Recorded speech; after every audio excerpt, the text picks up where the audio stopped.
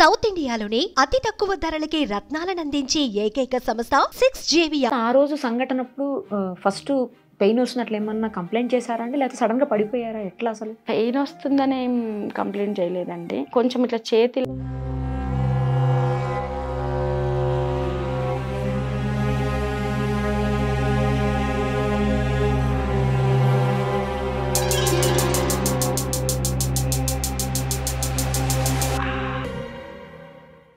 లోకం మొత్తం భర్త దూరం అయిందని అనుకుంటుంది, కానీ నాకు భర్త కాదండి దూరం అయింది.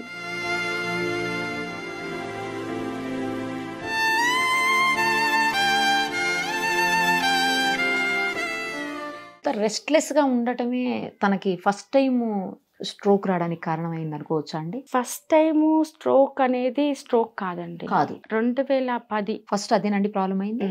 2010లో అప్పటికి తెలంగాణ జిల్లాల్లో మొత్తం సాయి చంద్ రాతి బొమ్మల్లో కొలువైన శివుడు సాంగ్ అంటే ఆ పాట లేని వేదిక లేదు, ఈ మనిషి లేని వేదిక లేదు. 2010లో మార్చ్ 3 కొత్తగూడెంలో నాకు తెలిసి దగ్గర దగ్గర ఒక 50-60 వేల మంది సభ, పెద్ద ఎత్తున. దానికి ముందు మేము ఒక 6 నెలల పాటు కనీసం కాంటాక్ట్ లో కూడా లేమండి. ఫోన్లు పెద్దగా యూజ్ చేసే పరిస్థితి లేదు. ఉంది ఫోన్ నా దగ్గర ఉంది, ఆయన దగ్గర ఫోన్ ఉంది. ఫోన్ చేస్తే మీటింగ్ లో ఉన్నా, సౌండ్ వినపడడం. ఎప్పుడో 2 గంటలకు మీటింగ్ అయిపోతే 2 గంటలకు మళ్ళీ నేను ఎక్కడ పడుకుంటాను అని నాకు ఫోన్ చేయకపోవడం. మళ్ళీ మార్నింగ్ లేవంగానే నేను ఏమో 2 గంటలకు మీటింగ్ అయిపోతే మరి డిస్టర్బెన్స్ ఎందుకని ఆ 6-7కి అట్లా చేయకుండా ఓ 10కి చేస్తే అయ్యో మేము ఇంత లేట్ ఎందుకు, ఎప్పుడో మీటింగ్ దగ్గర ఉన్నా అనడం. అట్లా 6 నెలల్లో ఒక 2 సార్లు 3 సార్లు మాట్లాడుకుని ఉంటాం. నేను డిగ్రీ చేసిన తర్వాత పీజీ అడ్మిషన్ తీసుకొని ఇక్కడ గీతాంజలి స్కూల్లో జాబ్ చేశాను. అప్పటికే నాది కూచిపూడి, కథక్, డాన్స్ కోర్సులు డిగ్రీ చేస్తూనే కంప్లీట్ చేశాను. ఒక ఇన్స్టిట్యూట్లో నేను చెప్పేది స్టూడెంట్స్ కూడా. ఈ 2 చూసుకునేది. ఇక్కడ మార్నింగ్ టైంలో స్కూల్లో, ఈవినింగ్ టైంలో వీక్లీ 3 days డాన్స్ క్లాసెస్. ఒక 22,000 ఇన్కమ్ వచ్చేది. సో నేను చిన్నగా ఇలా నా దాంట్లో బిజీగా ఎర్నింగ్ స్టార్ట్ చేసేసాను. మార్చ్ 4th నా బర్త్డే, మార్చ్ 3 అక్కడ సభ, మార్చ్ 1కి నేను కాల్ చేశాను, బర్త్డే ఉంది కదా రావచ్చు కదా అని. అయ్యో 3rd రోజే పెద్ద సభ, అస్సలు ఒక పని చేయి నువ్వే వచ్చేసేయను. నాకు అప్పటి వరకు పెద్దగా అంటే మా కుటుంబ నేపథ్యం ప్రకారం నేను ఎక్కువ ట్రైన్లు, ఆ జర్నీలు కూడా చాలా తక్కువ అండి. నాకు అవి పెద్దగా అలవాటు కూడా లేదు. సో ట్రైన్ పలానా ప్లేస్లో ఉంటుంది, ఎక్కి ట్రైన్కి అక్కడికి వచ్చేసి కొత్తగూడెంలో సభ జరిగే ప్లేస్ చెప్పారు నాకు. జయరాజ్ అన్న సింగర్ తెలుసు మీకు, జయరాజ్ అన్న చాలా మందికి తెలుసు. కొత్తగూడెం జయరాజ్ అన్న వాళ్ళ ఆ ఊరు. అక్కడ కొమరెంకన్న అని చెప్పేసి ఆ పక్కనే ఇంకొక ఊళ్ళో ఇంకొక అన్న, ఆయన కూడా సింగరు, రైటర్. ఆ అన్న వాళ్ళ ఇల్లు అడ్రస్ చెప్పారు, ఆ సభ అడ్రస్ చెప్పారు. నేను డైరెక్ట్ సభ దగ్గరకు వచ్చేసాను. వచ్చాక సభ వేదిక మొత్తం ఎలా అంటే అండి, ఆ సభ మీద జయరాజన్ ఉన్నారు, విమలక్క ఉంది. అంటే సాయి చంద్ వల్ల నాన్నతరం జనరేషన్, అంటే అంత గ్యాప్. అంటే సాయి చాలా చిన్న వాళ్ళతో కదా మరి, ఆ హేమీలు అంటారు, అటువంటి వాళ్ళందరూ ఉన్నారు. 6 గంటలకు 7 గంటలకు స్టార్ట్ అయింది. 8 గంటలకు సాయి చంద్ మైక్ అందుకున్నారు. 4 అయింది. 8 నుంచి 4 వరకు ఒక్కడే, జనాలు లేవట్లేదు. బెడ్షీట్స్ తెచ్చుకుంటున్నారు దగ్గర దగ్గర ఉన్న ఇల్లు వాళ్ళు. ఇంకా సాయన్న ఇంకా ఇంకా అట్లా అరుపులు కింది నుంచి. అంటే స్పిరిట్ కూడా ఆ రేంజ్లో ఉంది పబ్లిక్. అంటే ఒక్క పాట మాత్రమే కాదు, పాట ఎవ్రీథింగ్. తర్వాత ఆ సభ నుంచి ఇంకా బయలుదేరి ఆ కుమరెంకన్న వాళ్ళ ఇంటికి వెళ్ళి రెస్ట్ తీసుకొని మళ్ళీ రేపు ఏదో ఒక సభ అదేలేండి అనుకునే సందర్భంలో ఆ ఇంటికి వెళ్ళి పడిపోయిండండి. ఇంటికి వెళ్ళగానే పడిపోయారా? వెహికల్ దిగినామో లేదో పడిపోయిండు. పడిపోయి ఒక 1/2 hour తర్వాత మళ్ళీ స్పృహలోకి వచ్చారు. అంటే మేము వెహికల్ లెక్కించుకొని హాస్పిటల్కి తీసుకెళ్లే క్రమంలో స్పృహలోకి వచ్చేసి, హాస్పిటల్కి వెళ్ళి ఈసీజీ అవన్నీ తీయించిన తర్వాత వాళ్ళు ఏం చెప్పారంటే ఒక గ్యాస్ట్రిక్ బబుల్ అనేది అడ్డుపడ్డది, అది దానంతకు అది బ్లాస్ట్ అయిపోయింది. అంటే ఎయిర్ బబుల్. ఇప్పుడు ఫుడ్ సరిగ్గా తినకపోతే ఎయిర్ బబుల్ అనేది ఆ బ్లడ్లో నరాల్లో ఎక్కడో ఒక దగ్గర అట్లా వచ్చేస్తుంది అంటారు కదా. సో అది దానంతకు అది వెళ్ళిపోయింది. ఎందుకైనా బెటర్, మళ్ళీ ఏమన్నా అయితే కష్టము అది ఇది అంటే అక్కడ డాక్టర్స్ జేఏసీలో భాస్కర్ అన్న ఉండే, ఆయనది హాస్పిటల్ ఉంటుంది. ఖమ్మంలో. మీరు నీమ్స్కి తీసుకెళ్ళి తనకు అన్ని టెస్టులు చేయించండి. ఓకే. అది జరిగింది కూడా తెల్లారుజామున ఈ టైంలో కాబట్టి ఉదయం మార్నింగ్ పేపర్లో సింగర్ సాయి చంద్ హఠాత్ మరణం హార్ట్ అటాక్తో ఖమ్మం పేపర్లో. అటు నుంచి నీమ్స్కి తీసుకొస్తే అందరూ లేదంట, ఉన్నాడంట, గుండెపోటు వచ్చింది కానీ ఉన్నాడంట, నీమ్స్లో ఉన్నాడంట. నీమ్స్కు మామూలుగా కాదండి. ఈరోజు ఈ సంఘటన జరిగిన తర్వాత ఎట్లా వచ్చిర్రో అట్లా నీమ్స్కు రెస్ట్ లేదు. అట్లా నీమ్స్లో ఒక 1 డే ఎంజోగ్రామ్ చేస్తే అన్ని తెలిసిపోతాయని అన్ని రకాల టెస్టులు చేయించి పర్లేదు ఏం కాదు, ఆ బబ్బులు అనేది దానంతకు అది వెళ్ళిపోయింది అని వచ్చింది రిపోర్ట్లో. కానీ డాక్టర్స్ జనరల్గా ఇచ్చేది బాడీకి రెస్ట్ అవసరం, నిద్ర అవసరం, ఫుడ్ అవసరం, నువ్వు యంగ్స్టర్వి కాబట్టి నీకు తెలియట్లేదు అని చెప్పి పంపించారు. అది ఆ తర్వాత ఇంకెప్పుడు ఏం కాలేదు. మొన్న సెకండ్ వేవ్ అప్పుడు కోవిడ్ వచ్చింది. కోవిడ్ వచ్చినప్పుడు హాస్పిటలైజ్డ్ అయ్యారా అండి? చాలా. కోవిడ్ వచ్చినప్పుడు లక్కీలీ బతికినట్టే. అబ్బో. ప్రైవేట్ హాస్పిటల్లో లేదమ్మా, సోర్స్ లేదు అని చెప్పారు. అప్పుడు సీఎంఓ ఆఫీస్ నుంచి హరీష్ అన్న వీళ్ళందరూ కాల్ చేసి గవర్నమెంట్ టేక్ కేర్ చేసి, లేదు సాయి చంద్కి మంచి ట్రీట్మెంట్ ఇప్పించాలి, నీమ్స్కి షిఫ్ట్ చేయి, నీమ్స్లో మాట్లాడి ఆ సపరేట్ ఉంచి ఆయనకు ట్రీట్మెంట్ చేయించాడు. లేదంటే అప్పటి పరిస్థితి ఎట్లా అంటే చాలా అంటే ఇంకా అయిపోయింది అనేటట్టే ఉండండి పరిస్థితి అప్పుడు కూడా. అది సెకండ్ చాలా పట్టించుకున్నారు. అంటే ఆ సందర్భంలో కోవిడ్ అంటే జస్ట్ ఇట్లా తెలిస్తేనే వచ్చి చూడలేని పరిస్థితి. అటువంటిది వాళ్ళందరూ హాస్పిటల్కి వచ్చి. అబ్బో. తర్వాత ఆ రోజు సంఘటనప్పుడు ఫస్ట్ పెయిన్ వస్తున్నట్లు ఏమన్నా కంప్లైంట్ చేశారా అండి, లేకపోతే సడన్ గా పడిపోయారా, ఎట్లా? అసలు పెయిన్ వస్తుందని ఏం కంప్లైంట్ చేయలేదండి, చెమటలు అయితే పట్టాయండి. అయితే జనరల్ గా సహజంగా ఏంటంటే ఆయనకు స్వెట్ ఎక్కువనే వస్తుంది.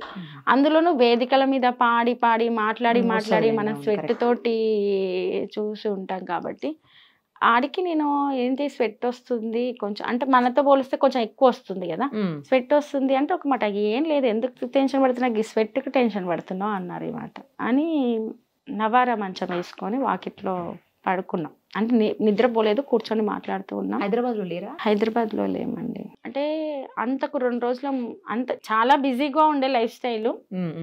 ఆ రోజు మార్నింగ్ 4 o'clock వచ్చారు. అంటే ఎప్పుడు కానీ 12 దాటిన తర్వాతనే ఇంటికి. ఆ రోజు ఎందుకో ఏమో తెలీదు, ఎప్పుడు అనని మనిషి ఫస్ట్ టైము అదే రోజు మార్నింగ్ ఇంట్లో ఉన్నాడంటే ఎప్పుడు ఎవరో ఒకరు పబ్లిక్ వస్తూ ఉంటారు, కలుస్తూ ఉంటారు, మీట్ అయితేనే ఉంటారు. 6-7 నుంచి పబ్లిక్ వస్తూ ఉన్నారండి.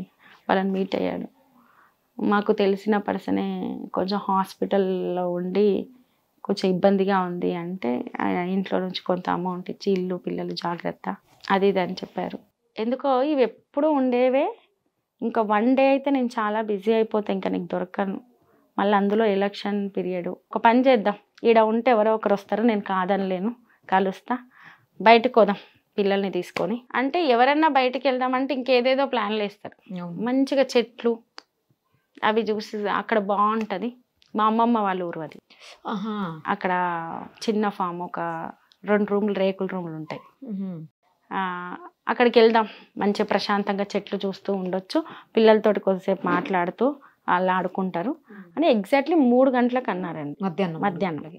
మా పిల్లలు స్కూల్ నుంచి 3:30-4 అవుతుంది వచ్చేసరికి. పిల్లలు స్కూల్కి వెళ్ళారు కదా అని నేను అన్నాను, నేనే వెళ్ళి ఎక్కించుకొని వస్తాను అని వెళ్ళి వాళ్ళని స్కూల్ దగ్గర నుంచి తీసుకొచ్చి నన్ను ఎంత తొందర పెట్టారంటే, బేసిక్గా నాకేం హ్యాబిట్ అంటే నేను ఇంట్లో ఎట్లున్నానో అట్లే వెళ్ళాను, ఏదో ఒక ఖచ్చితంగా రెడీ అయ్యే బయటికి అడుగు పెడతా. ఆ రోజు ఉన్న నువ్వు పద, ఎవరు చూస్తున్నారు, కార్లు ఎవరు చూస్తున్నారు, నువ్వు పద అని నన్ను పిల్లలు ఆల్రెడీ 3 అవుతుంది, మనం పోయేసరికి చీకటి అవుతుంది, చీకటి చేసేస్తావా, కనీసం 2 గంటలు కూడా స్పెండ్ చేద్దా పిల్లలతోటి, మళ్ళీ పొద్దున్న లేస్తే నాకు బిజీ అని చెప్పేటి అర్థం కావట్లేదా, ఇలా అంటూ వెహికల్ ఎక్కినాము. 3 hours జర్నీ పడుతుంది. మేము ఎక్కేసరికి వెహికల్ 5 అయ్యింది. అంటే పిల్లలు స్కూల్ నుంచి వచ్చి నేను రెడీ ఏం లేదండి, ఉన్న పలానే ఎక్కేసాను నేను. మాతో పాటు గన్మెన్, పిఆర్ఓ, డ్రైవర్లు, 2 వెహికల్స్, ఫ్యామిలీ ఉంది కాబట్టి ఫ్యామిలీ వెహికల్స్, వాళ్ళ వెహికల్, 2 డ్రైవర్లు, అందరం కలిసి బయలుదేరాం. ఫస్ట్ ఏమన్నారంటే 4 వెళ్దాం ప్రశాంతంగా అన్నారు. నేనే డ్రైవ్ చేస్తాను, 4 వెళ్దాం. మళ్ళీ ఏమన్నారో తెలియదు, కిందికి దిగుతూనే వెహికల్ తీయండి అని వాళ్ళకి చెప్పారు. అందరం కలిసి అక్కడ రీచ్ అయ్యేసరికి 8:39 అయిందండి. అంటే 3 hours జర్నీ కదా, కొంచెం స్లోగా మాట్లాడుకుంటూ అక్కడికి రీచ్ అయ్యాము.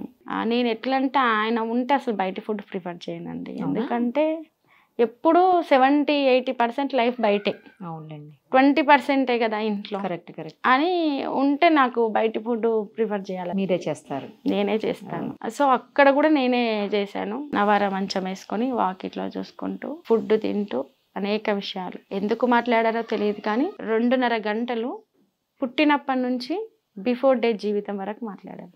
రేపు పిల్లల భవిష్యత్తు గురించి కూడా మాట్లాడారు. వాళ్ళు ఏమైతే, ఏం చేస్తే, ఎట్లా, ఏం చదివించాలి, అన్ని విషయాలు, రాజకీయాలు, చాలా విషయాలు మాట్లాడారు. మాట్లాడుతూ తిన్నారు కాబట్టి ఆ నవారా మంచం మీద ఇలా పడుకున్నారు. నేను అనుకున్నాను 12 దాటింది. ఇప్పుడు మేము రీచ్ అయ్యేసరికి 9, తినేసరికి 10కి మాట్లాడుకుంటూ 12 అయింది. కొంచెం చెమటలు పట్టినాయి. నేను అన్నాను గాలి లేదు, ఇక్కడ ఫ్యాన్ లేదు, స్వెట్ వస్తుంది, ఎందుకు చెమటకు లోపల పడుకోవచ్చు కదా, నిద్ర వస్తే అలసిపోయినట్టున్నారు అన్నా. ఏం కాదులే, అయినా స్వెట్ వస్తే ఎందుకు టెన్షన్ పడుతున్నావు. అవన్నీ మాట్లాడి అలా పడుకున్నాక లేపితే లేశారు.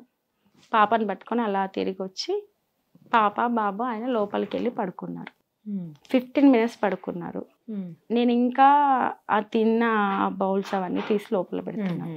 నేను ఇట్లా లేస్తుంటే ఏమైంది అని వెళ్ళా దగ్గరికి. అంటే వాష్రూమ్కి ఏమో అని నేను అనుకున్నాను జనరల్గా. ఇలా లేవడానికి కొంచెం ఇట్లా చేతిలా అనుకుంటూ ఇలా లేవడానికి వెళ్ళారు, అలాగే కుప్పకూలారండి.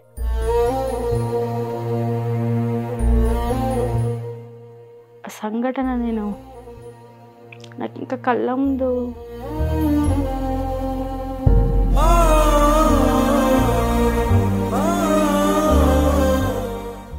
అది ఎవరైనా చూసినా నిజంగా జనరల్గా బయట ఎక్కడో మనకు ఆత్మీయ అనుబంధం లేని వ్యక్తికి జరిగినా మనం తట్టుకోలేమండి. అది నిజం, అది సాధ్యం కాదు. అంతకు బిఫోర్ వరకు అన్ని విషయాలు మాట్లాడి అంత అదిగుండి ఎందుకు మీకు టైం ఇస్తున్నానని నన్ను అక్కడికి తీసుకెళ్లారో కూడా నాకు అర్థం కావట్లేదు. వెంటనే ఇమీడియట్గా వాళ్ళు కొద్దిసేపు ప్రెస్ చేసి అది చేసి సార్ అని లేపడానికి ట్రై చేసి వెహికల్ ఎక్కించి, అంటే ఇదంతా ఒక 1 minute జరిగిపోయింది. ఆ షాక్లో ఎంత ఫాస్ట్గా అంటే వీళ్ళకు ఫాస్ట్ డ్రైవింగ్ అనేది అలవాటే, ఎందుకంటే మీటింగ్స్కి 15 minutes లోపు హాస్పిటల్ ఉన్నారండి. ఇక్కడ నాకేం అర్థం కాలేదు. ఒక రకంగా చెప్పాలంటే ఆ పడ్డెంబడే నుంచి ఇప్పటి వరకు కూడా ఏం అర్థం కావట్లేదు.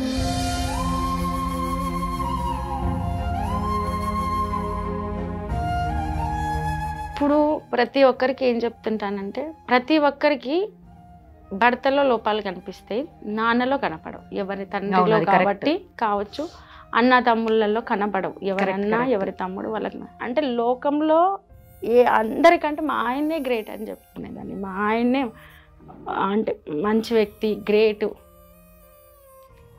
ఈ రోజు వరకు మా ఇద్దరి మధ్య ఒక చిన్న డిస్టర్బెన్స్ కాదు, ఇది ఒకటి ఉంటుంది డిస్కషన్ అనే విషయం కూడా ఉండదు.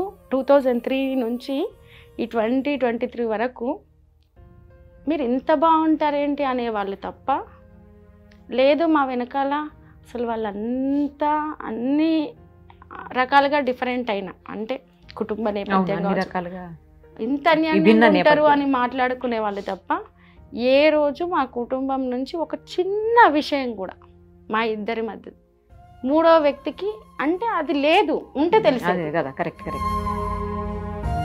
బహుశా నాకు మేమిద్దరము అంటే చాలా రోల్స్ అండి. ఆయన నాకు అమ్మలా, నేను ఆయనకు అమ్మలా, ఫ్రెండ్లా, కొన్ని సందర్భాల్లో పుస్తకాలు అవి చదివేటప్పుడు గురువులా. అది నేను ఆయనకు కావచ్చు, ఆయన పాటలు రాసేటప్పుడు ఎప్పుడు ఏదో ఒకటి రాసేటప్పుడు ఒక వేదిక మీద మాట్లాడి వచ్చిన తర్వాత కూడా నేను ఖచ్చితంగా యూట్యూబ్లో పెట్టుకొని వింటాండి. విన్నప్పుడు ఈ పదం నువ్వు అనకుండాల్సింది, అంటే నువ్వు ఆ వేదిక మీద ఉండి మాట్లాడితే నీకు అర్థమయ్యేది. ఒక రకంగా చెప్పాలంటే మా ఇద్దరి రిలేషన్కి ఓన్లీ భార్యాభర్తలని కాదండి, డిక్షనరీలో ఒక కొత్త పదం వెతకాలి. ఇద్దరిది రిలేషన్ కాదండి, విడదీయాలని బాండింగ్. అది దాని గురించి నువ్వు ఎంత చెప్పినా అది ప్రాక్టికల్గా అనుభవించ, అంటే లోకం మొత్తం భర్త దూరం అయింది అని అనుకుంటుంది, కానీ నాకు భర్త కాదండి దూరం అయింది. వేరే నేను 17 ఏళ్ళ వయసు అప్పుడు హైదరాబాద్కి వచ్చినండి. ఏం తెలియదు అప్పుడు, చిన్న పని కూడా చేసిన అలవాటు కూడా లేదు. అంత అదిగా పెరిగిన నేను వ్యవస్థలో ఈరోజు ఇన్ని విషయాలు తెలుసుకున్నా, ఇన్ని నేర్చుకున్నా అంటే ఆయన పక్క నుండే నేర్చుకున్నాండి. అంటే ఆయన నేను ఇద్దరం కలిసి నేర్చుకున్నాం అన్నిటినీ. ఇద్దరం, ఆయన బైకు ఏం కాదు నడిపోయినకుండు అని గేర్లు ఇది అది అంటే, ఆయన నన్ను కాదు, ఆయన బైక్ నేర్చుకునేటప్పుడు కూడా నేనే ఉన్నా, ఆయన కార్ నేర్చుకునేటప్పుడు కూడా నేనే ఉన్నా. హైదరాబాద్లో కార్ డ్రైవింగ్ చేసి నేర్చుకునేటప్పుడు గ్రౌండ్లు వెతికి ముట్టిగానే పక్కన కూర్చొని రౌండ్స్ కొడుతూ నేర్చుకుంటూ అట్లా నేర్చుకొని కార్లు తెచ్చు.